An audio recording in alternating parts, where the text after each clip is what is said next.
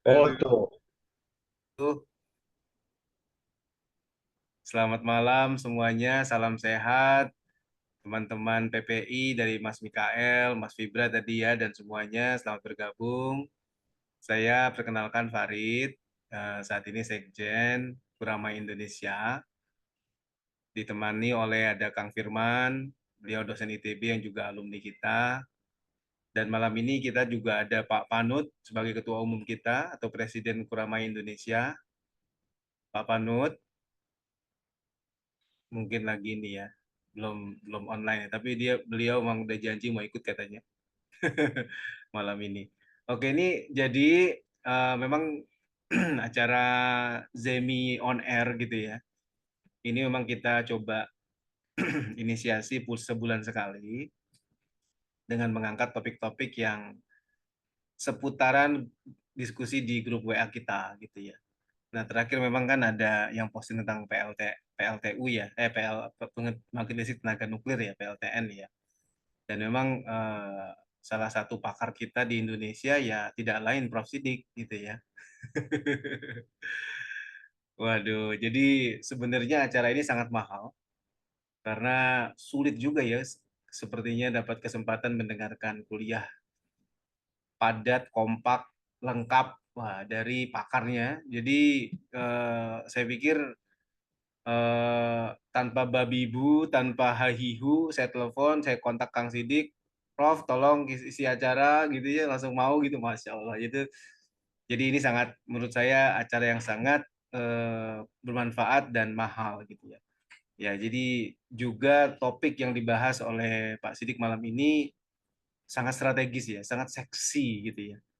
Apalagi saat ini pemerintahan Prabowo sudah memulai banyak gebrakan-gebrakan dan saya lihat kayaknya Prof. Sidik masuk ke lingkaran itu gitu ya.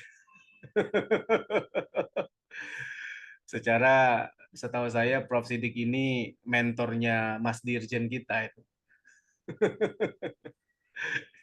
Jadi sangat mungkin Prof. Sidik malam ini akan memberikan bocoran-bocoran yang tidak mungkin tidak didengar di tempat lain.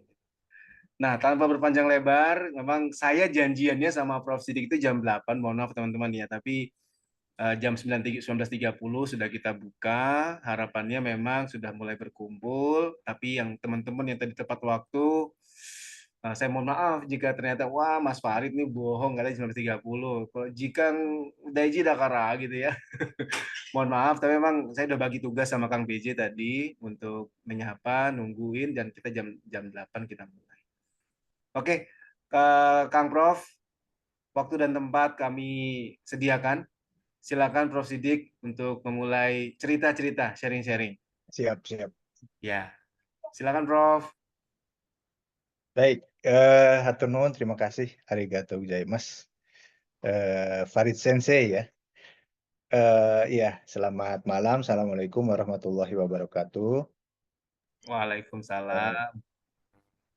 Salam sejahtera, salam sehat selalu ya. Mudah-mudahan kita senantiasa sehat karena salah satu kenikmatan yaitu sehat. Saya rada ini juga sebenarnya 2 hari ini ngedrop, jadi banyak di rumah. Tapi insya Allah Lagi tetap musim semangat. kayaknya Bro. Saya juga 2 hari drop di rumah Lagi terus. ini ya musim ya, betul Lagi betul. tenggorokan, lagi banyak yang kena. Betul. Baik, seperti permintaan Ibung Sensei ini saya coba buatkan pengantar lah ya, slide. Mungkin kita bisa diskusi panjang lebar. Kira-kira saya presentasi berapa menit ya, Kang Ibung ya? Takutnya jadi kuliah ini. Padahal kita sharing. Prof, kita maksimum jam 21. Oh, oke, oke. Setelah itu diskusi bebas. Jadi mungkin Prof. Sidik bisa memaparkan kisi-kisi dan apa informasi ini dalam waktu 30-40 menitan. Setelah itu kita Siap, siap. diskusi 20 menitan terus beres gitu. Baik, baik. Ya, ini Silakan. sebenarnya 65 slide, tapi saya skip-skip sebagian lah. Ya. Sebentar, sebentar, sebentar. Perasaan tadi sore saya tanya masih bikin slide-nya kok 65 ya ini ya. Oh iya, ini kompilasi lah dari yang lain-lain. Iya, iya, iya. Masya Allah. Lanjut, lanjut, Prof. Siap. Jadi saya coba buat judul ini karena memang terkait ada yang nyanyi.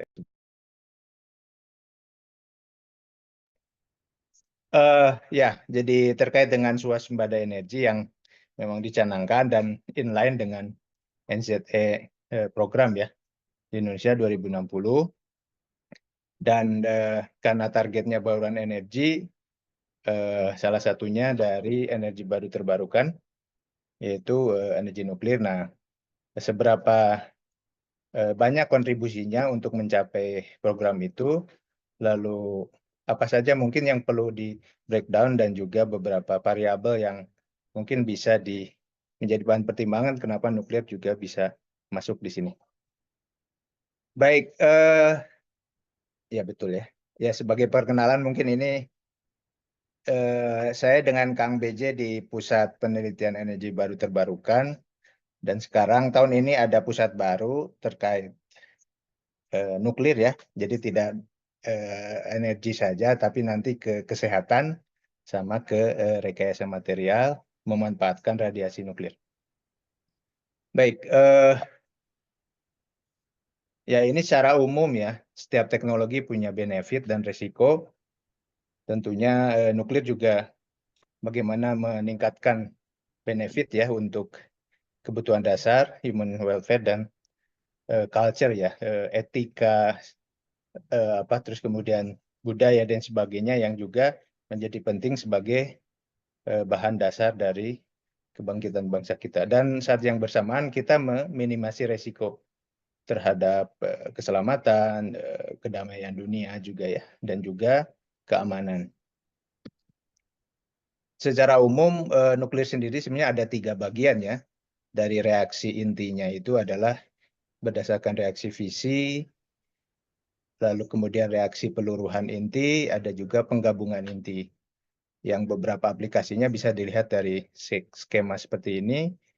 Fisi umumnya di PLTN yang sekarang komersial, eh, decay, radioaktif decay, sebetulnya aplikasi yang komersialnya itu di industri untuk kesehatan ya, terus kemudian makanan, dan kalau terkait dengan geotermal itu salah satu sumber untuk magmatik yang ada di bumi, itu salah satunya adalah dengan decay radioaktivitas. Ada yang menyebutkan itu berasal dari plutonium 244, ada juga yang menyebutkan material uranium, thorium, atau potasium yang ada di alam yang berkontraksi terus kemudian dipadatkan dan ditekan ya, sehingga menghasilkan suhu yang kurang lebih ribuan derajat di pusat bumi. Fusi sendiri yang terjadi di dekat kita ada di matahari ya, yang tentunya itu menjadi sumber untuk kehidupan di planet kita dan juga aktivitas di kehidupan kita sehari-hari. Lalu kemudian target nuklir sendiri tentunya memang untuk tujuan damai, bukan untuk tujuan perang, meskipun apapun teorinya, muncul kata nuklir itu ada efek deterrent ya, efek deterrent itu, yang menyebabkan orang takut gitu ya. Padahal baru pada efek pemanfaatan radiasi untuk kesehatan ataupun untuk energi gitu, bukan untuk peperangan. Nah, dalam hal ini kita coba mengkat bagaimana concern nuklir non-proliferasi, meminimasi dan mempromosikan dengan lebih besar penggunaan nuklir untuk perdamaian. Nah, ini mungkin untuk ilustrasi aja ya, electricity mapping. Jadi kita bisa lihat mana yang memang sejahtera, mana yang memang punya kekayaan untuk bisa menerangi wilayahnya, mana yang memang masih gelap gitu ya. Di sini kita bisa lihat Amerika Utara gitu ya, Amerika Serikat, terus kemudian Eropa, Jepang yang pernah kita tinggali dan mungkin sekarang ada yang tinggal juga terang benderang. Di Indonesia ada Jawa gitu ya, tapi selain itu mungkin masih scatter dan terlihat ketidakseimbangan ya, bagaimana energi itu bisa masuk ke seluruh wilayah, dan itu menjadi concern kita ya, untuk bisa menerangi seluruh wilayah khususnya di Indonesia. Karena memang secara proyeksi top 10 problem untuk 50 tahun berdasarkan Nobel laureate ini, ya energi the number one ya, selain itu air, makanan, terus lingkungan, dan yang ke-10 ini populasi, ke-9 ini demokrasi ya, demokrasi, yang tentunya juga ini bagian penting dari yang harus kita selesaikan. Tapi the top number one is energy. Oke, landscape nuklir di dunia sekarang beroperasi 442 dan under construction 52 dengan ini beberapa negara yang ada ya, di lebih dari 32 negara. Dan kalau kita lihat dari segi populasi dan jumlah PLTN yang beroperasi secara komersial, itu dijumlahkan jumlah penduduk sebenarnya lebih di setengah dari populasi dunia tinggal di negara nuklir ya. Artinya komersial PLTN udah beroperasi.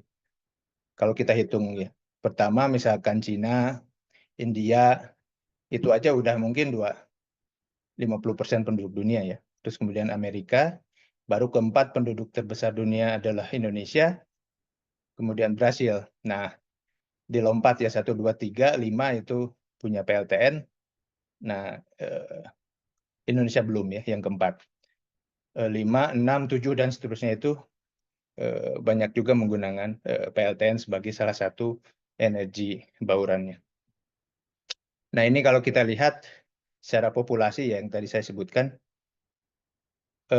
jadi memang ini menjadi concern bagaimana salah satu bagian penting untuk kelistrikan, elektrifikasi, ataupun untuk mengenjot target ekonomi, pertumbuhan ekonomi pemerintah sekarang kan 8%. Nah, kalau diestimasi untuk pertumbuhan listrik atau energi untuk mengenjot 8% itu diperkirakan 11 sampai 12% growth dari kelistrikan itu harus naik. Jadi memang lebih banyak, lebih sensitif untuk listriknya dibanding growth ekonomi, karena tidak hanya dari listrik.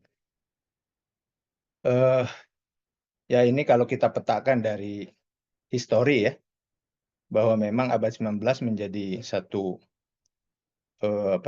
ekstrapolasi eksponensial ya penggunaan energi, dan ini menjadi concern juga apakah memang setelah abad 2000 atau 2100 penggunaan fosil ataupun alternatif yang lain ya, seperti renewable atau nuklir menjadi alternatif ya untuk bisa meminimasi pemanfaatan fossil fuel.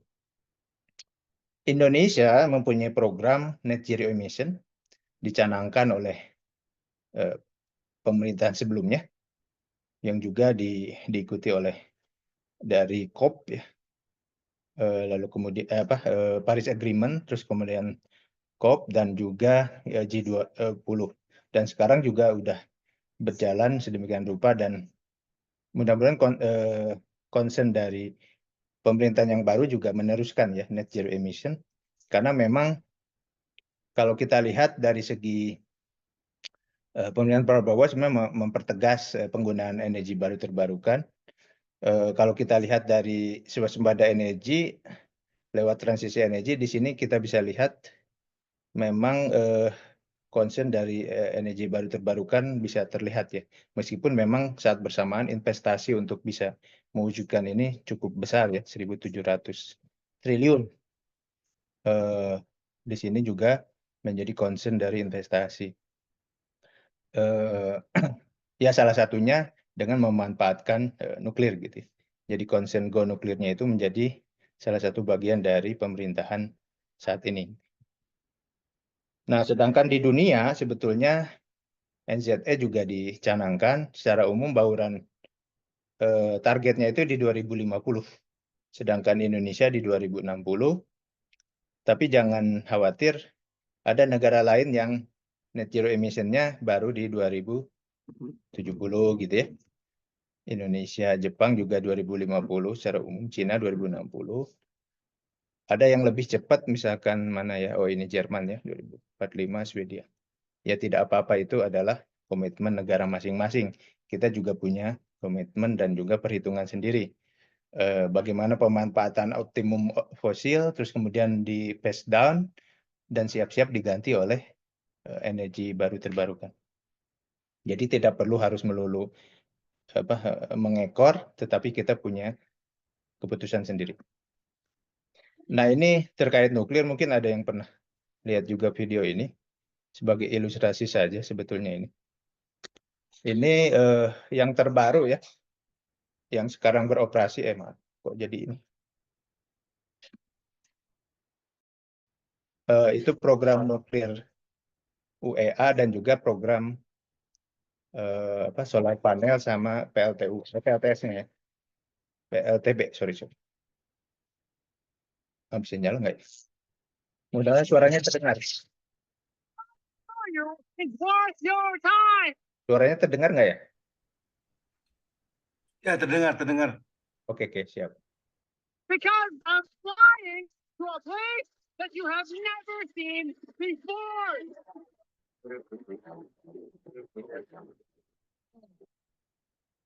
I'm flying to a nuclear power plant, and it's the newest one in the world. Why? Here is why. When you look at the energy we use, a lot of it is not good for the planet. A lot of our energy comes from oil and coal. And we all know this is not sustainable. So what do?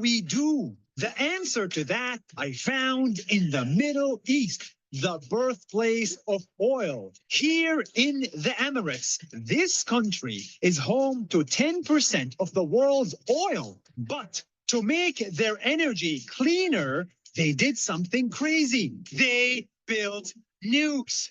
Not the nukes for war, but the nukes for peace. See, nuclear energy is amazing. From this small uranium piece, you can replace 500 liters of oil and 1 ton of coal. From one piece, you can power a house for 4 months. And that is why the Emirates built the world's newest nuclear energy plant. It's so big, it can power 25% of the country without any carbon emissions. And it's 100% safe. Forget everything you heard about nuclear energy and forget Hollywood drama. According to science, nuclear energy is 250 times safer than big oil fields. The reactor is very small, and all these big buildings around it are designed for safety. The walls are 1.2 meters thick, and every operation is tested 25,000 times. Because this is the newest power plant in the world, it's also the safest. Bye-bye oil. And it's not just nuclear energy, it's also solar energy. Here, they have 3.2 million solar panels to create clean energy. It's the biggest standalone solar plant in the world. These shields are cleaned every day without using a single drop of water. And from this, they can supply 90,000 people with 100% clean energy. Forget oil. From wind to solar to nuclear, the future is going to be clean. The Stone Age did not end because we ran out of stone. It ended because of progress. And the Oil Age will not end because we run out of oil. It will end because of progress. Because now there is hope that one day our grandkids will not need oil. And that should make everyone happy. See you next week.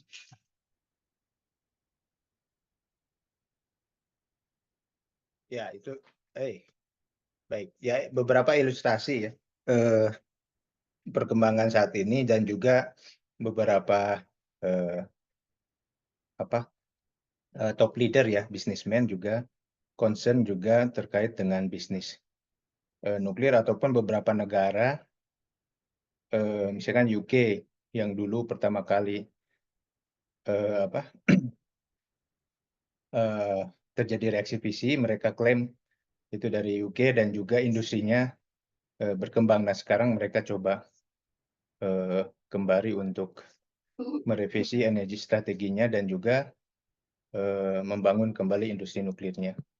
Dan di sini juga artinya memang concern dari listrik ataupun energi tidak hanya pemerintah, tetapi dari berbagai opinion leader atau businessman yang memang menjadi concern dari saat ini ya. Kita coba lihat ini ya, cuplikan lah sedikit. The next miracle, these are ores so far, is nuclear energy. Not particularly popular right now in Japan and Germany, and never been that popular. Even France, the French public is more negative towards nuclear energy than the U.S. public. So it's Even though they're what, 70% 70% of electricity. We have more nuclear plants than they do. We have over 100 nuclear plants of the 400 in the world. So we are the biggest in absolute nuclear electricity generator. But But you were personally investing in nuclear. right, so the plants that are out in the world today are basically generation 1 and 2 plants. There's a few generation 3 plants, including at the conference, Westinghouse, Toshiba talked about the AP1000, which is a Gen 3 plant. That and the Ariba EPR are the two Gen 3 plants. I think you can build a lot of AP1000s, and I think partly because what the Chinese are doing, that has by far the inside track. A lot of those can get built so that, you know, Chinese have this goal of 80 gigawatts. Assuming there's no more accidents, that actually can be done. Unfortunately, because their demand increases so great, it only gets you up to at most, say, 12%, best case of Chinese energy. The thing I'm investing in, and not because I expect to make a ton of money on it, it's because I think because it's zero CO2, because the economics are so good, is a 4th generation design. And there are many 4th generation designs. This one is very, very attractive from an economic point of view. I mean, way cheaper than today's nuclear. Can you, we had Nathan Mervold here last year, but can you explain a little bit about how this technology works? Okay, basically, You're just among friends here. yeah, absolutely. The part of uranium that's fissile, that is that when you hit it with a neutron, it splits in two. Yang ketiga kalau menurut gue sih perubahan iklim. Climate change. Iya, ini kita harus serius. Ini nggak bisa sebatas di lip service saja. Dan gue udah hitung ya, lu nggak bisa mencapai elektrifikasi bangsa yang modern tanpa mengabaikan tanpa mempertimbangkan nuklir. Exactly. Kalau kita hanya mau merangkul EBT aja, yaitu solar atau tenaga surya, angin, dan panas bumi dan hidro, itu nggak scalable. Ya sekarang solar aja atau tenaga surya itu 1 mega 1 hektar. Tapi kita tuh elektrifikasi baru 1000 kilowatt hour per orang. Singapura 9000 kilowatt hour per orang. Kalau kita mau naik ke 5000, itu threshold untuk menjadi bangsa yang modern. Itu elektrifikasi kita harus naik dari 172.000 megawatt yang sudah terbangun menjadi minimum 400.000 megawatt. Lu pikir aja untuk naik dari 72.000 megawatt ke 400.000, ya per tahun kita cuma bisa bangun 3-5.000. Ya mau nggak mau harus nuklir. Nah ini agak-agak kontroversial. Tapi nuklir itu terbukti environmentally clean, tapi accident prone. Tapi kalau gue hitung statistik angka kematian, per tahunnya itu cuma 3.000 sampai 4.000 orang. Sedangkan karbon itu 7 sampai 8 juta. Karena polusi dan kejadian. What do you think about nuclear power? I'm in favor of nuclear power. I think it's a great way to generate electricity, but I don't think we should be shutting down nuclear power stations. Yeah, but what about Chernobyl? Yes, exactly. I think people, there's like a lot of fear of radiation and stuff. Just the word radiation just sounds scary, you know, so they can't calibrate what radiation means. But radiation is much less dangerous than you'd think. Like, for example, I have people ask me, like, what about radiation from cell phones? Like, when you say radiation, do you mean photons or particles?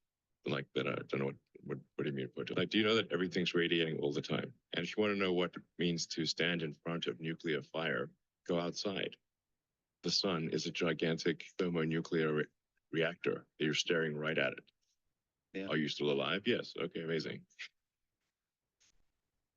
Baik, ya itu beberapa opinion leader ya. Yang ketiga, Ya, menurut cucu, gue cucu. sih, Sebentar. What do you think about Please. Ya, ini beberapa artikel juga yang mencoba untuk memberikan pandangan terkait dengan bagaimana porsi ataupun policy nuklir masuk di bauran energi. Di satu sisi memang di Eropa ya bagian penting juga menjadi concern negara maju.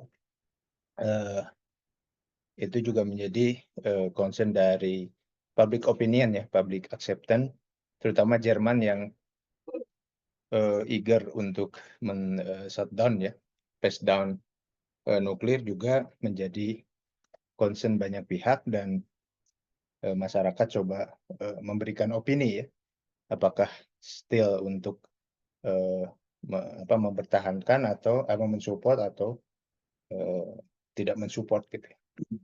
Nah ini beberapa data terkait dengan operasi di Eropa, lalu kemudian emisi CO2 di beberapa negara yang menjadi champion lah negara maju yang menjadi footprint ataupun kita lihat dari keberhasilan mereka yang bisa kita contoh di Indonesia. Di Indonesia sendiri ASEAN ya ada public acceptance-nya 2022. Ini 7 ASEAN energy outlook ya. Indonesia itu lumayan hampir 75% menerima, agree. Lalu yang paling banyak memang 90% di the Philippines. Philippines sekarang ingin merestart ya reaktor yang dulu pernah dibangun dari pemerintahan sekarang. Jadi secara rata-rata ASEAN itu sekitar 68%. Oke, ini ya ini beberapa negara yang sekarang menjadi under construction ya. Memang Cina luar biasa ini mungkin membangun setiap tahun 1 sampai 2 gigawatt elektrik untuk mengejar industri mereka. India, Turki dan lain sebagainya termasuk Bangladesh yang saat ini juga lagi under construction. Dari segi program dekarbonisasi sebenarnya ada fakta di Eropa ya, sekitar tahun 80 sampai 90-an, dalam tempo 10 tahun bisa mereduksi hampir 80% ya. Ini terjadi di Prancis ya, kebetulan memang Prancis 70% dari elektrifikasinya itu bauran energi itu dari nuklir. Ya. Halo?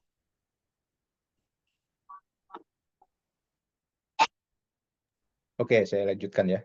Lanjut. Iya. Lalu kemudian skenario outlook ya dari ASEAN. Ini kita bisa lihat jadi yang ungu-ungu ini itu adalah forecast ya. Jadi dari ini ASEAN Climate Change Report 2018 itu sekitar 40 sampai 48% di 2050 dan terus naik ya di atas 55%. Ini high skenario. Nah, yang low skenario memang di 2050 kurang lebih ya sampai 16% ataupun 13% prediksi dari bauran energi dari nuklir. Ya, ini beberapa negara juga yang lain yang melakukan proyeksi bagaimana bauran energi bisa masuk di program mereka, termasuk juga energi nuklir. Indonesia juga sekarang ada lagi yang terbaru, nanti saya sebutkan ya. Ini di 2021 estimasi bauran energi dan nuklir masuk di sini sebentar. Di 2040 akumulasi 8-10%. Nuklir masuk sampai di 2060 18%. Tentunya seiring dengan energi terbarukan yang lain juga masuk lebih dari 60%. Saya coba utak-atik hitung gitu ya. Dari demand 18% itu taruhlah target 1.800 ya. Sekarang yang terbaru naik 1.900-an terawatt hours. Nah, kalau 18% di 2060 saya coba hitung sekitar 320-an terawatt atau dikonversi install capacity sekitar 46 gigawatt elektrik ya dengan capacity factor 90-an ya, 92%. Dan berdasarkan statistik yang ada di 2021, saya gunakan statistik itu, mungkin kontribusi Sumatera, Jawa, dan sebagainya berdasarkan distribusi area itu dibagi menjadi Jawa misalkan 214 terawatt hours, kontribusinya di Sumatera sekian 64, dan lain sebagainya, berdasarkan beban dari listrik yang ada. Tetapi di RUKN yang sekarang itu shiftingnya berbeda ya. Di Jawa itu sekitar 10%, Sumatera 15%, di Kalimantan lebih besar lagi. Jadi memang ada perubahan ya.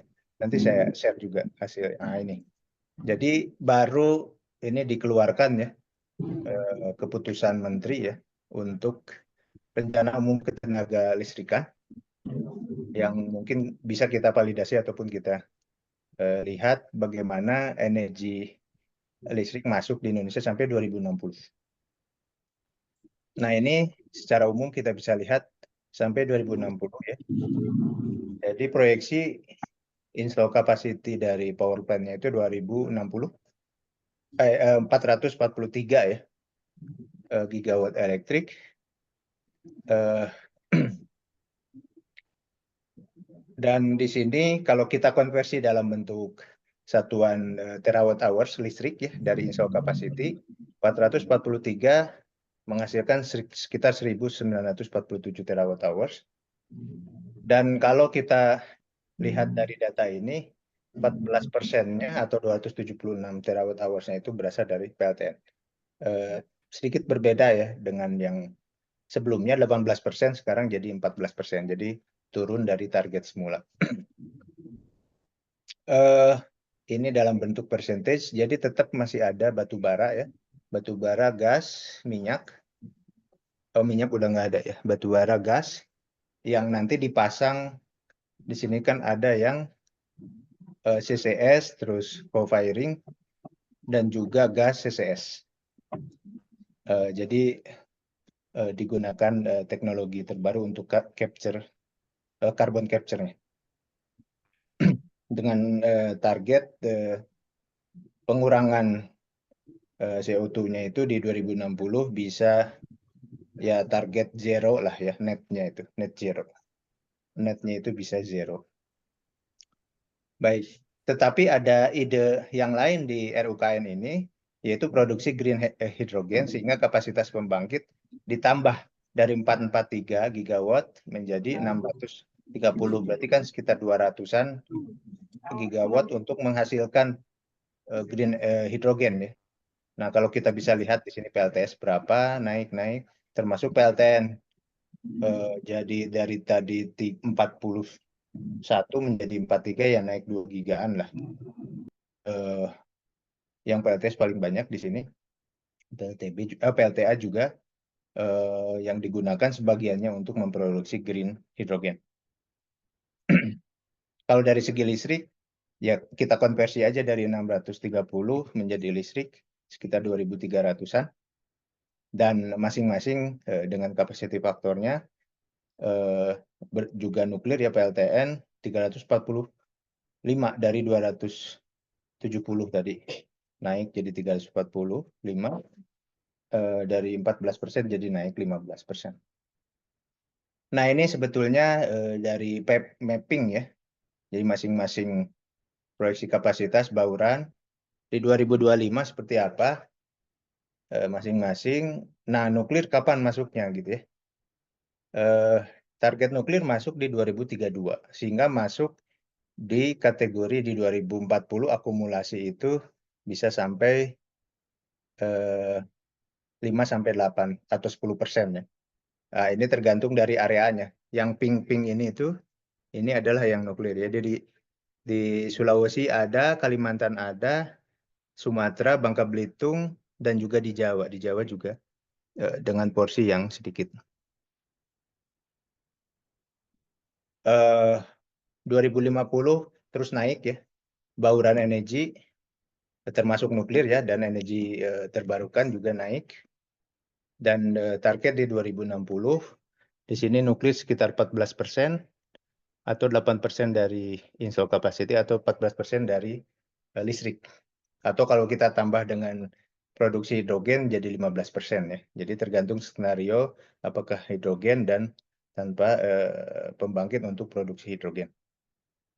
Nah, ini sebetulnya menjadi perencanaan yang sudah ditetapkan pemerintah. Ya tentunya ini ada perubahan 5 tahun sekali, tetapi RUKN ini menjadi dasar nanti RUPTL dari Pertamina untuk membuat jadi 10 tahunan ya, jadi 2024 sampai 2034 atau 2025 sampai 2035.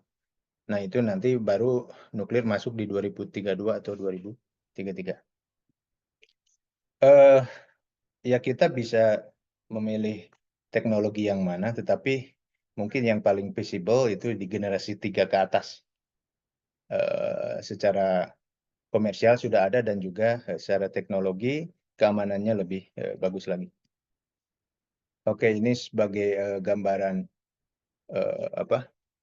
utilisasi dari nuklir ya. Memang base-nya nuklir itu adalah pembangkit untuk base load, meskipun juga bisa kita manfaat untuk berbagai aktivitas atau aplikasi. Juga bisa kita scalability dari yang besar sampai yang very small power reactor. Ini komparasi untuk teknoekonomi yang mungkin kita bisa diskusi di sini.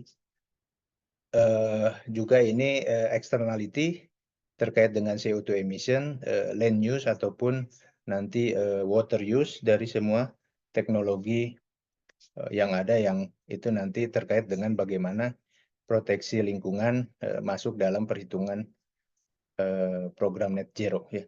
Jadi tidak hanya CO2 emission, tapi juga bagaimana land use atau greenhouse gas yang lain yang juga ikut berkontribusi dari aktivitas energi. Ini panah memanah ya, coba klasifikasikan dari penggunaan listrik, penggunaan kogenerasi, dan juga penggunaan untuk radioisotop yang non-energi. Ini secara umum dari bidang energi, forensik, life science, material analysis, defense, sampai komputasi menjadi bagian dari aplikasi energi nuklir. Hal yang penting karena memang sekarang kita bekerja sama dengan baruan energi, maka sinergi dengan renewable energy dan kogenerasi menjadi penting, karena mau tidak mau dalam sistem kelistrikan ada kalanya base load, ada kalanya load following proses, sehingga juga ini menjadi bagian sinergi atau strategi dengan sumber pembangkit yang lain. Nah, ini global market kalau yang senang terkait dengan potensi bisnis ya, bisnis ke depan, terutama di Asia Pasifik masih sedikit ya. Tapi kalau Cina terus naik, mungkin nanti bisa mengalahkan Amerika Utara. Ini yang non aplikasi juga ada aspek bisnisnya, terutama untuk aplikasi radioisotop, untuk iradiasi makanan, kesehatan, medisin, dan lain sebagainya. Jadi sebetulnya net zero dengan aspek kelistrikannya, kita bisa juga menggunakan byproduct ya sebagai circular economy. Ini kan sebenarnya fission produk fisi dari reaksi fisi menghasilkan sebuah radioisotop yang bisa kita pilih dan manfaatkan untuk kesehatan.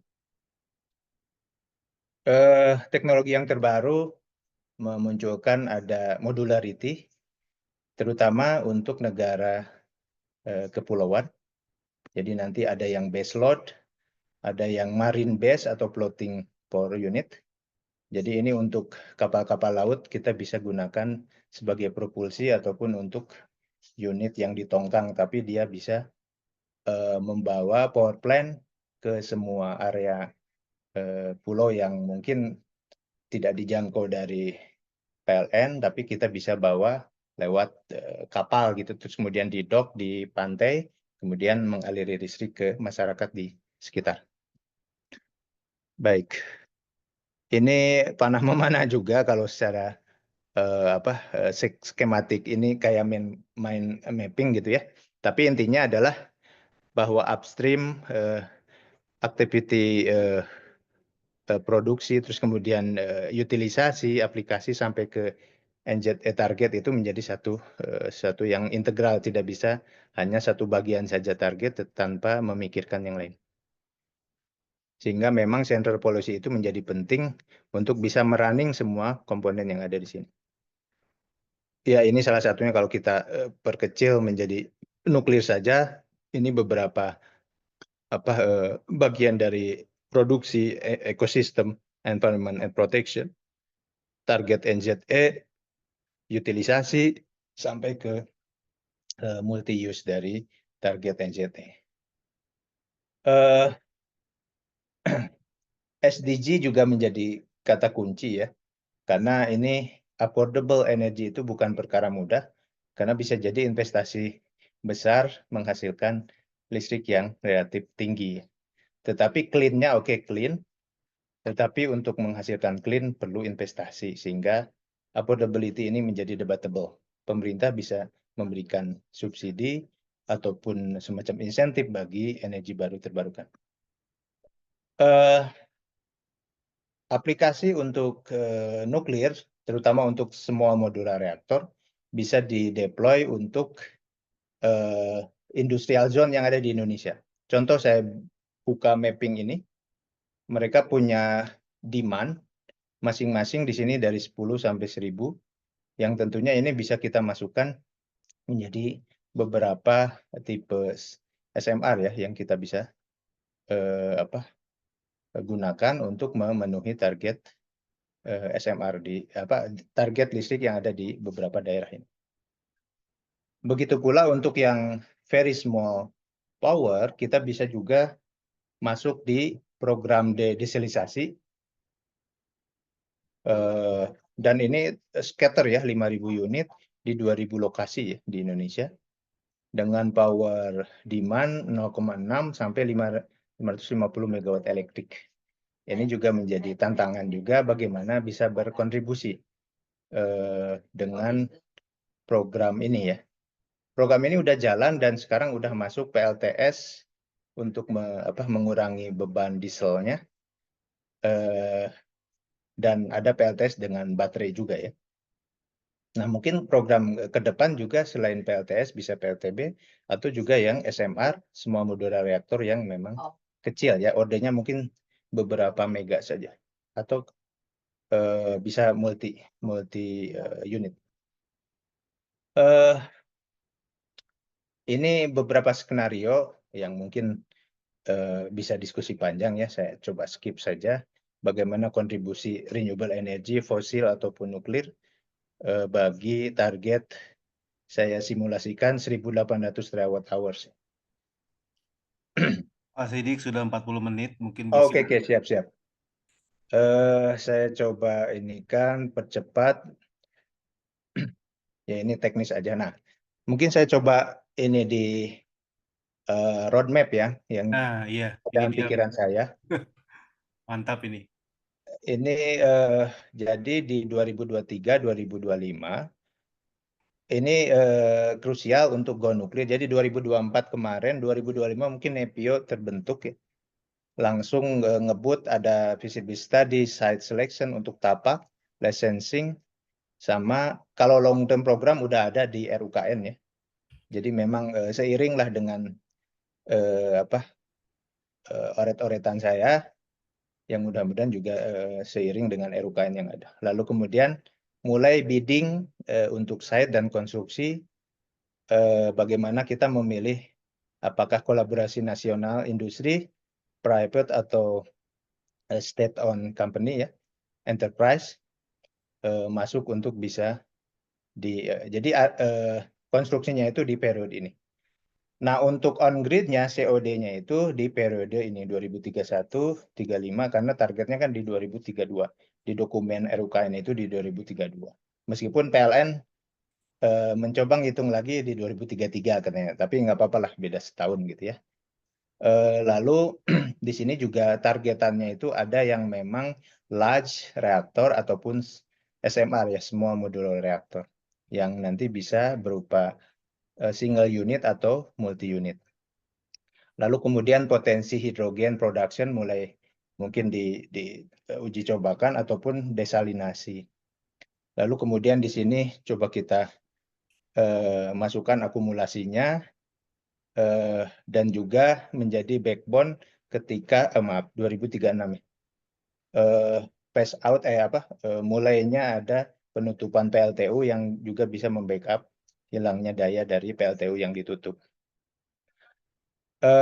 Seperti itu sampai pada 2060 memang target akumulasi menurut perhitungan saya 18%, 46 gigawatt elektrik ya. Tadi itu sekitar 4, ya hampir deket-deket lah.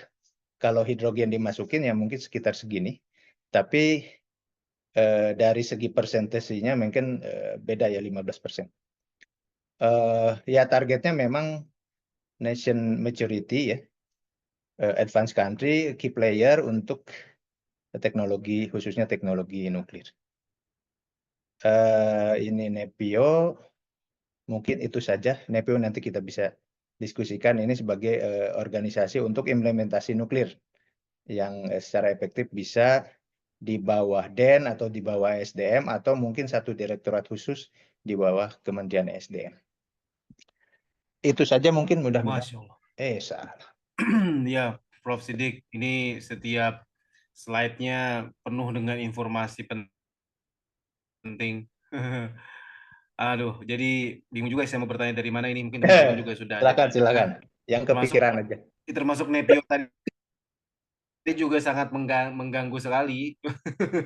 Tapi saya mempersilakan ini ada pertanyaan dari Kang Firman, Kang BJ. Kang silakan, Kang Firman bisa disarikan pertanyaannya. Siap. Ya, dua aja Pak Sidik. Atur nuhun pisan sharingnya. Nuklir selalu jadi yang paling menarik memang ya. Tapi balik lagi, pertanyaan saya dua. Tentang yang pertama tentang keekonomian.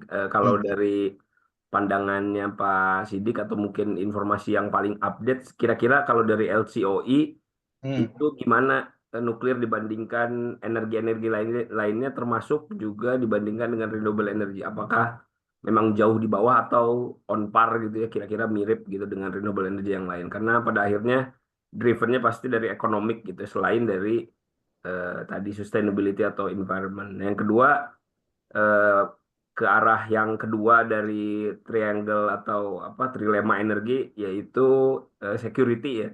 Pada awalnya kita, oh ya semua energi kan bagus gitu pada awalnya, tapi ketika dia mulai skar atau mulai banyak orang yang pakai, pada akhirnya kan yang menguasai itu akan bahasa Jermannya ngekepan gitu ya, jadi akan melindungi.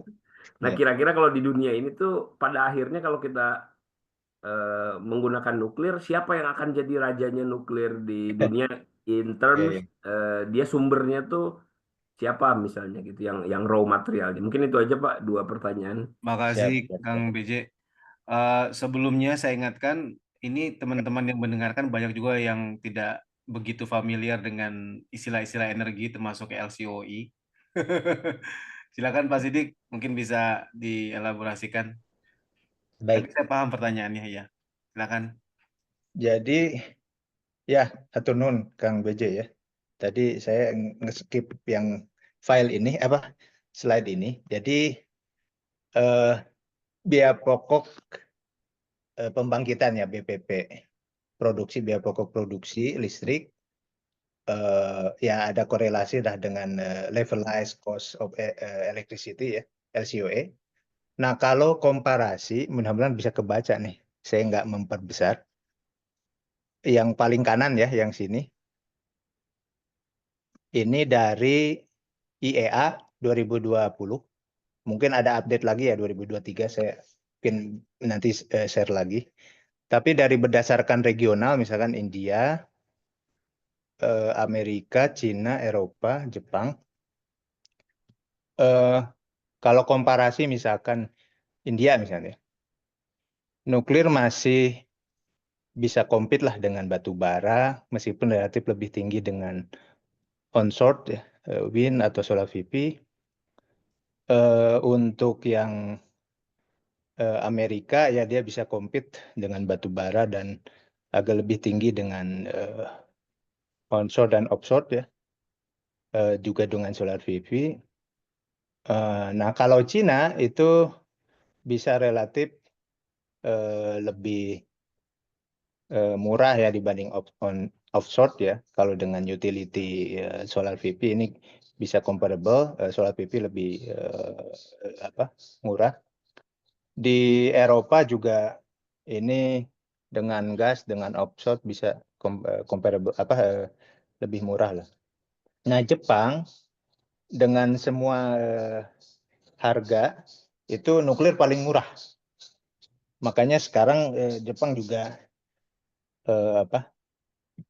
mencoba menghitung ulang bagaimana komposisi nuklir. Meskipun kalau secara normatif, nominal, ini kan median LCOE ya. Ini 50 US dollar per MWH, berarti kan 5 sen misalkan. Jadi ya rata-rata sekitar 5 sen. Tapi kalau misalnya di Jepang itu bisa di atas 7 atau 8 ya. Jadi Jepang itu memang mahal-mahal ya harganya gitu ya. Jadi kalau berdasarkan data IEA bisa kita bandingkan bagaimana dengan harga yang lain gitu ya. Nah, kalau dari data capital cost ini ada yang di Korea, Finland gitu ya. Membandingkan dengan capacity factor 90%, lifetime 60%. Lalu kemudian dibagi dengan capital cost per produksi KWH per lifetime gitu ya. Nah, itu comparable menjadi paling murah dibanding dengan yang ini. Ini dari capital. Mungkin debatable banyak aspek yang bisa dihitung lagi, tapi paling tidak kita bisa menghitung dari biaya pokok dari sini ya LCOE ya. Kalau ini kan dari kapital saja, masih ada variabel yang lain. Bisa juga kita bandingkan dengan ekonomi affordability dari connection cost, transmisi distribusi, utilisasi cost yang tentunya setiap teknologi punya beban yang masing-masing. Jadi tidak hanya generating cost saja, tetapi transmisi, distribusi, dan lain juga kita bisa hitung. Termasuk resource efisiensi. Misalkan kan setiap kita perlu membangun sesuatu, perlu raw material gitu ya. Nah ini resource efisiensi material throughput-nya kita bisa bandingkan dari nuklir sampai ke batu bara gitu, hidro dan sebagainya. Dari mulai bangunannya gitu ya, steel, aluminium, copper, dan mungkin ada yang lain. Nah kita bisa bandingkan berdasarkan berapa ton per terawatt hours material yang diperlukan. Nah pertanyaan kedua terkait dengan bahan bakar. Jadi di dunia ini secara peta, tetangga kita yang paling banyak resource uraniumnya yaitu Australia.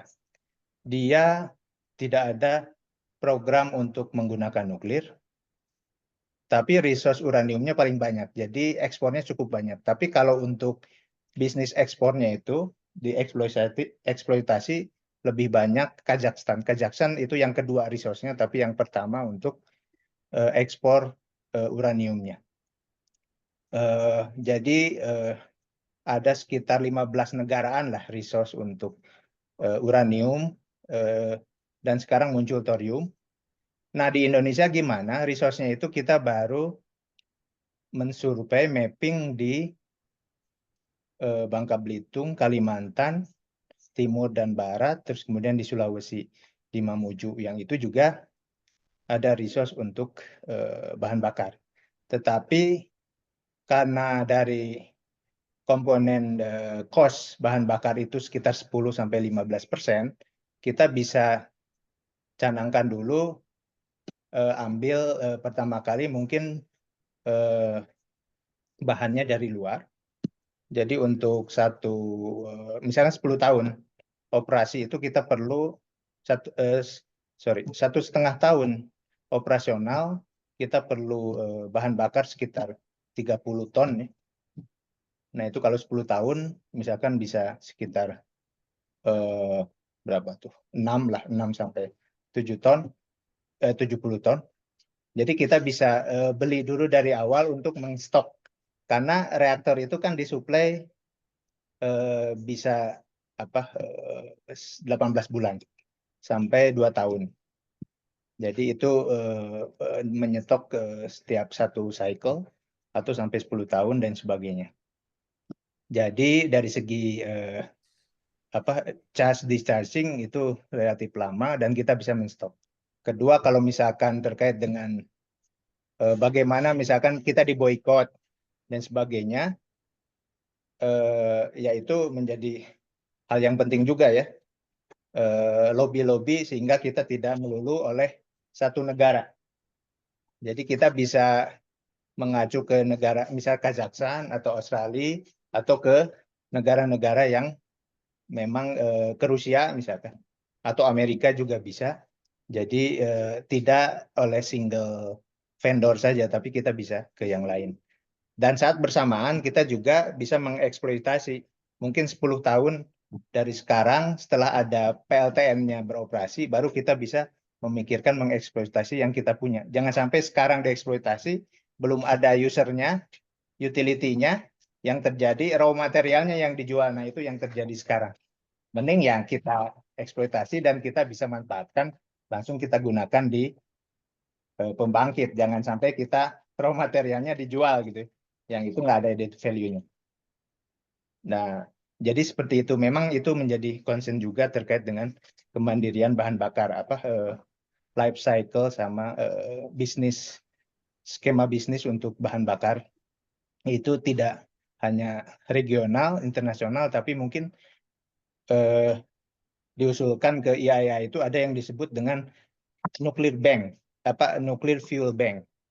Nah, itu yang ngelola adalah PBB. Jadi bukan koordinir oleh 1-2 negara, tetapi semua negara bisa akses sehingga semua bisa tanpa ada monopoli. Dengan kata lain artinya aman gitu ya, Kang Sidik ya? Insya Allah aman. Jadi Karena semua potensi bisa dikejar lah. Sekarang kan ada Euro, ada BRICS, ada macam-macam ya. Jadi nanti kita bisa dimusuhi semuanya, nggak punya bahan bakar, repot juga ya, Kang. Betul. Ya paling alternatifnya setelah kita 10 tahun ya eksploitasi yang kita punya. Di Mamuju itu ya, Kang ya?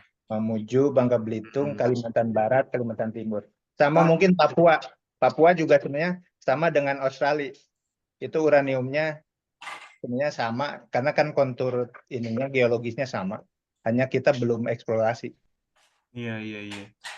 Nah itu sebelum saya ke pertanyaan berikutnya,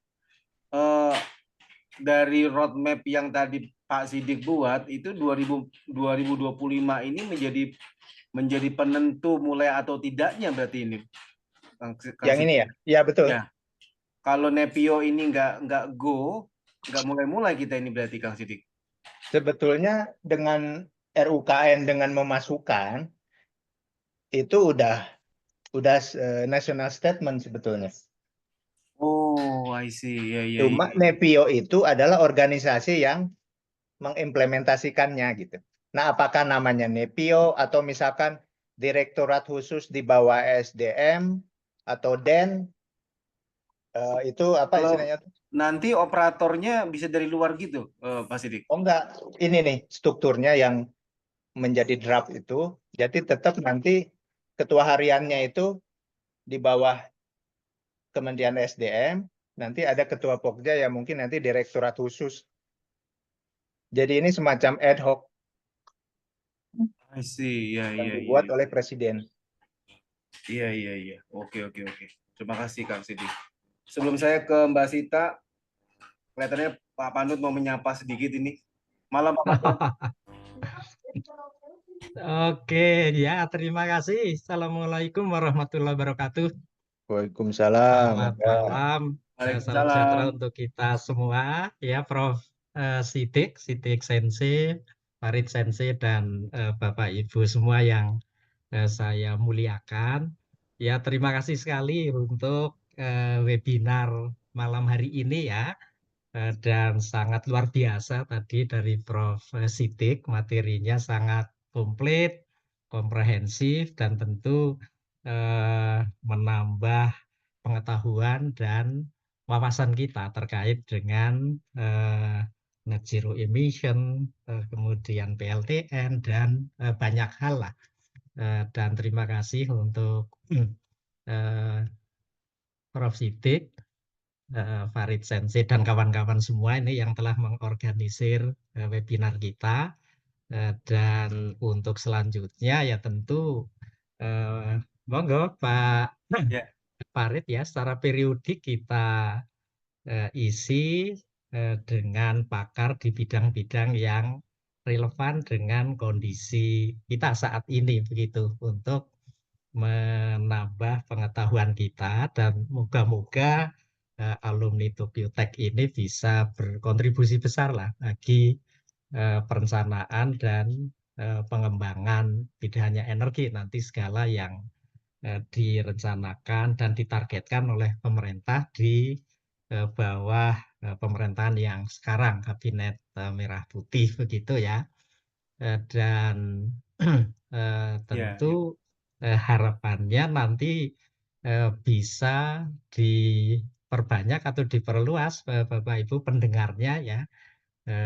Mungkin apakah tidak hanya alumni Tokyo Tech, diperluas ke publik atau seperti apalah, sambil jalan kita rencanakan. Dan untuk itu mari kita bersama-sama membesarkan ini diskusi kita ini. Terima kasih untuk semuanya, dan mungkin untuk Sidik Sensei saya juga ingin menanyakan ini, kalau kemarin Pak Den ya, Pak Agus Puji Prasetyono itu mengatakan, tadi juga Pak Sigit menyampaikan target kira-kira penggunaan tenaga PLTN ini 2032 ya, Prof. Sidik ya. Nah ini kalau dari sisi waktu persiapan sampai implementasi ini apa enggak terlalu pendek ya, itu yang pertama. Kemudian yang kedua, saat ini kan sebetulnya listrik kita surplus ya, karena pembangkitan dan yang akan menggunakan itu tidak imbang begitu.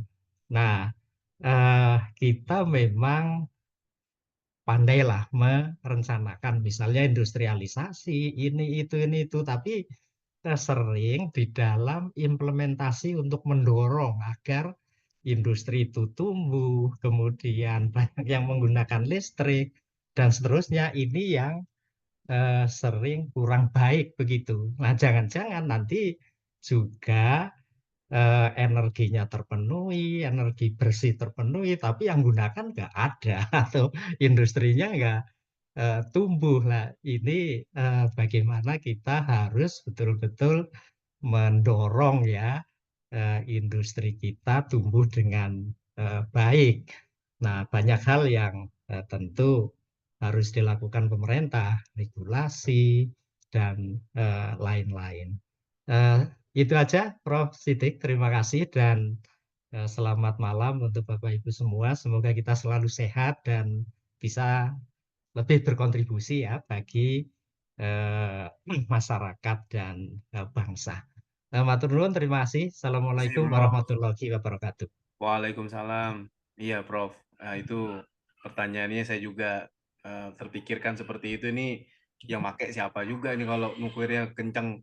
Prof Sidik, silakan mangga, Kang. Ya, baik. Terima kasih Pak Nut Sensei ya. Ya menarik itu ya dengan Pak Agus beberapa kali juga diskusi apakah secara waktu cukup. Jadi 2032 itu kalau kita breakdown kan untuk konstruksi itu sekitar 5 sampai 7 tahun. Kalau di Asia itu bisa 3,5 sampai 6 tahun ya konstruksi pembangunannya. Eropa itu bisa jadi lebih dari 7 tahun. Secara average ya 5 sampai 7.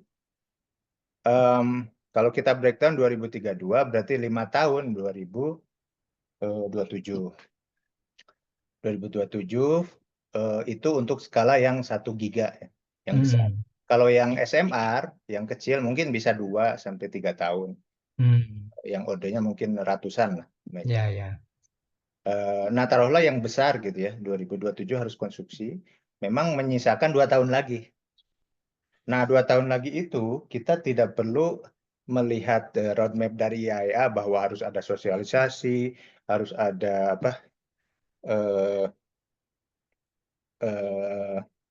kesimpulan kebijakan dan sebagainya. Kebijakannya kan udah ada di RUKN. Jadi 3 sampai 4 tahun itu kita skip. Tinggal nanti di 2 tahun ini mungkin pemerintah paralel lah untuk site dengan yang untuk bidding siapa yang akan ngebangun. Jadi dalam 2 tahun ini. Baru masuk nanti seiring dengan itu juga licensing memang rada mepet sih dalam 2 tahun. Saya pikir perlu 1 tahun lagi lah, 2028 lah mulai bangun 2027. Kalau site-nya ada baru bisa ngebangun. Memang itu persoalan terlalu tight lah. Ya kalaupun molor misalkan 32 jadi 2033 ya. Dan itu perhitungan PLN itu 2033. PLN. Tapi ya itu sehingga sekarang RUKN-nya 2032 oke lah. Itu sebagai keputusan politik nanti secara ininya bisa kita coba kejar. Nah, terkait dengan surplus tadi oversupply ya. Memang saya juga pernah nanya ke teman PLN salah satu yang dari IP kalau nggak salah. Itu supply-nya gimana? Iya memang sekarang oversupply, tapi seiring dengan peningkatan jumlah penduduk terus kemudian demand side industrialisasi ya. Betul. Jadi nanti di 2000 kalau nggak salah 2028 atau sebelum 30 itu surplusnya kan surplus itu di Jawa Pak ya? Iya, ya. Di Jawa. Nah, itu nanti akan terjadi setimbang lah, balance, tidak surplus lagi. Jawanya juga sudah terang ya. Oh, Jawanya juga tadi Kang Sidik ya, petanya ya. Betul, kalau di Jawa itu sudah sangat terang, hampir 100% lah elektrifikasi. Nah, itu bisa kita targetan mungkin setelah itu, karena memang beberapa target phase out juga kan di 2032 kalau nggak salah, 2030 yang phase out salah satu PLTU yang pertama ditutup gitu ya. Jadi memang setelah oversupply itu. Ya itu mungkin kembali ke bagian utility, apakah PLN juga akan segera mensuntik ataupun shutdown. Padahal kan over capacity-nya itu sudah berkurang gitu ya, seiring dengan demand yang ada. Nah, terkait dengan perencanaan memang itu betul Pak Nut Sensei, kita harus senantiasa jadi pengawas gitu. Kadangkala yang target 35 gigawatt yang dulu itu dua periode juga kan tidak nyampe 35 gitu ya. Yang dikoreksi oleh Pak Rizal Ramli itu sehingga di-cut kan terlalu ini karena pertanyaannya betul, siapa yang pakai 7% apakah rasional atau enggak? Kan realnya mungkin di bawah itu. Nah, sekarang target 8% yang dicanangkan pemerintah Nah, untuk justifikasinya kita belum lihat ya, meskipun mungkin kita bisa buka-buka di RUKN apa saja nanti demand side-nya yang muncul di Kalimantan, di Sumatera dan sebagainya sebagai apa? Untuk menyerap dari listrik yang akan dibangun gitu ya. Ya paling tidak dari segi perencanaan seperti itu. Kita perlu untuk mengawasi terus untuk perencanaan itu. Ya, Hmm. terima kasih Sidik Sensei. Makasih. Ya, sami-sami. Ini ada 2 pertanyaan sisa. Saya ingatkan ini sudah jam 9, kita molor sampai 9.15 ya. Tapi ini ada 2 pertanyaan, saya coba singkat saja, Kang Sidik. Tadi dari Mbak Sita nanya tentang sumber uranium sudah dijawab. Pertanyaan keduanya tentang public acceptance. Kemudian dari Dani Sensei, ini menanyakan tentang bagaimana nanti peran swasta di situ. Juga menanyakan bagaimana sisi bisnis ya, supaya harga jualnya sen per kWh-nya itu menarik secara bisnis. Nah ini pas Kang Sidik juga udah punya MBA ini. Jadi pertanyaannya mungkin sangat relevan dengan hasil risetnya Kang Sidik sendiri. Silakan Kang, ini 2 pertanyaan terakhir yang bisa kita entertain malam ini. Memang pendek sekali, tapi memang intinya kata Pak Panut tadi kita mengupdate, saling silaturahmi. Mudah-mudahan nanti kita buat acara yang untuk umum ya, Prof ya. Insya Allah. Ya Baik. silakan Pak Kang Sidik. Ya, untuk yang public acceptance ya, tadi saya udah gambarkan di slide keberapa itu, lupa saya.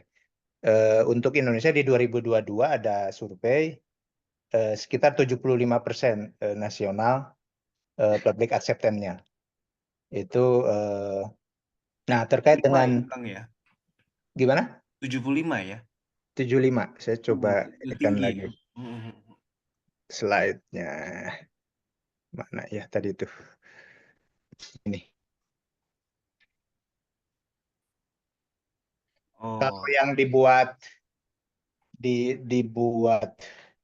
kalau nggak salah Batan dan Universitas 74,61. Indonesia itu 77. Kalau ini dia dari ASEAN Energy Outlook. Oh, jadi masyarakat Indonesia sudah siap juga gitu ya, Kang ya? Ya, kalau dari segi ini apa studi ini. Mm-mm. Nanti per kawasan beda lagi memang, bergantung. Mm-mm. Kadang ada muncul not in my backyard ya, NIMBY. Iya iya iya. Nah, Iya. itu mungkin lebih menarik per kawasan nanti site-nya di mana, nah masyarakat bisa ditanya di situ. Nah, waste treatment memang itu penting, Kak. Tetapi paling tidak sebelum geological permanent disposal, sampah nuklir itu biasanya memang ditempatkan di area PLTN sampai operasional PLTN itu selesai. Jadi 60 tahun operasional ya, waste-nya di situ. Jadi nanti sebelum ada treatment untuk recycle, 95% itu masih bisa kita gunakan di proses, termasuk plutonium. Yang sisanya 3% itu menjadi produk PC yang itu nanti bisa dipartisi dan kalau nggak bisa digunakan menjadi di geological deep ya, repository, dan itu biasanya nanti sekian ratus meter dari bawah tanah. Nah, itu skemanya ada untuk waste management. Itu kalau sudah ada ininya barangnya dan targetnya itu nggak 10 tahun 2 tahun, mungkin bisa ratusan tahun program long term untuk waste manajemennya itu. Nah, terkait dengan pihak swasta bisa ditarik atau tidak, BTO gitu, Build Transfer Operate itu pernah dan sekarang dilakukan untuk Turki. Bahkan nggak perlu investasi, pokoknya semuanya dari Swasta. Rusia ya, Oh. dari Rusia. Hmm. Jadi mereka bangunkan operasi, terus dapat listrik, ya udah mereka jualan dari listrik itu. Tapi memang mahal, jadinya sekitar 12 sen. Tapi kalau Turki kan segitu murah gitu ya, karena memang harga listriknya juga cukup tinggi gitu ya.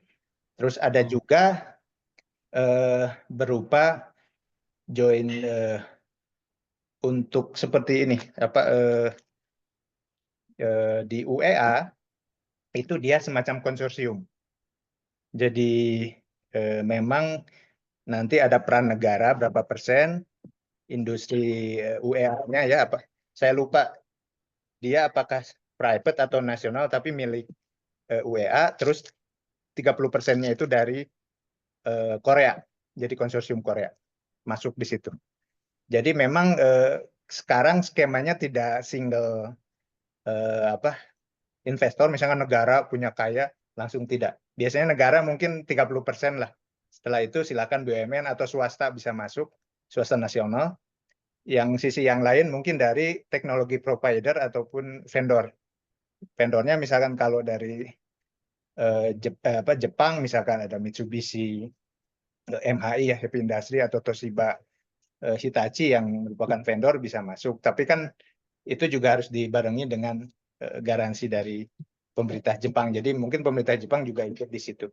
Karena yang menarik UEA itu yang datang itu adalah presiden, bukan presiden direktur, tapi presiden Korea dengan rajanya. Kalau yang lain, Toshiba, Mitsubishi, Areva, Prancis, Westinghouse, Amerika, yang datang presiden direktur. Pas deal ya kalah.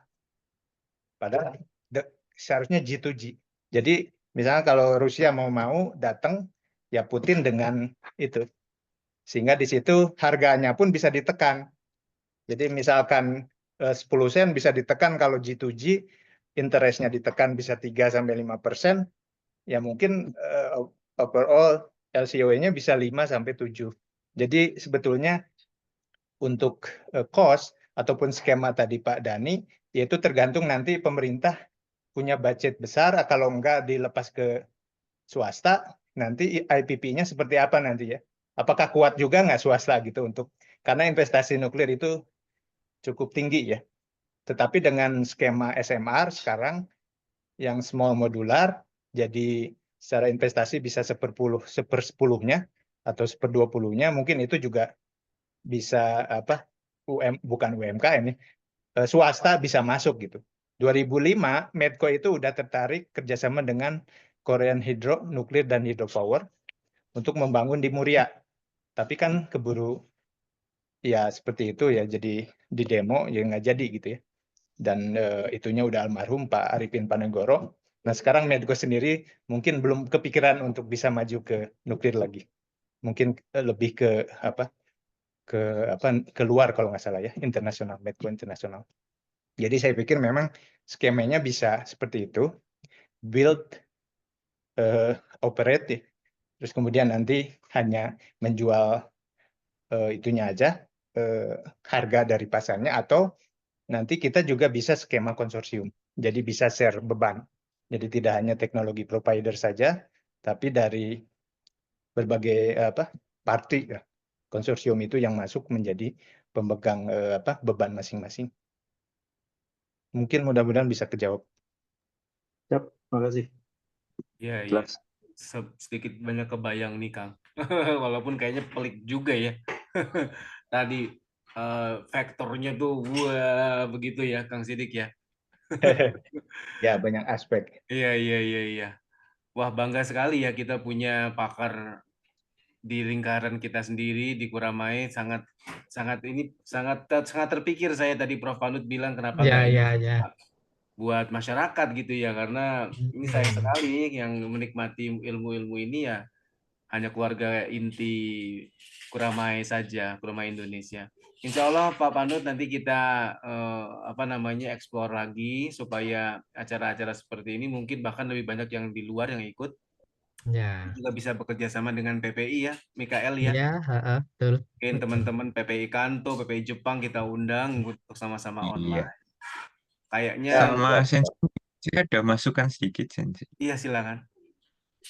Mungkin ini kan linknya itu kan mungkin masih Bitly gitu. Kalau setahu saya mungkin saya belum pernah sih, tapi mungkin ada fitur Zoom yang bisa kayak pre-registrasi gitu. Jadi mungkin bisa kalau yang tertarik mungkin bisa registrasi jauh-jauh hari terus dimasukin kalender biar ada reminder gitu. Bisa. Ya, kadang-kadang terlupa ya, Mikael ya. Iya. Terus Sudah tidak. kadang mungkin kalau malam minggu terus saya ngasih reminder hari malam minggu gini ada yang lagi doa terus gak baca itu mungkin ya.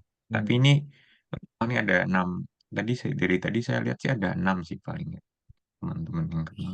Memang kita agak aneh kok malam minggu ngomongin nuklir.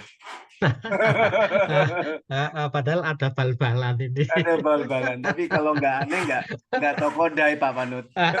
Iya. Aduh. Makasih. Saya pikir kita harus berdamai juga dengan waktu. Sudah 9.15, sudah mulai babak kedua juga bal-balannya.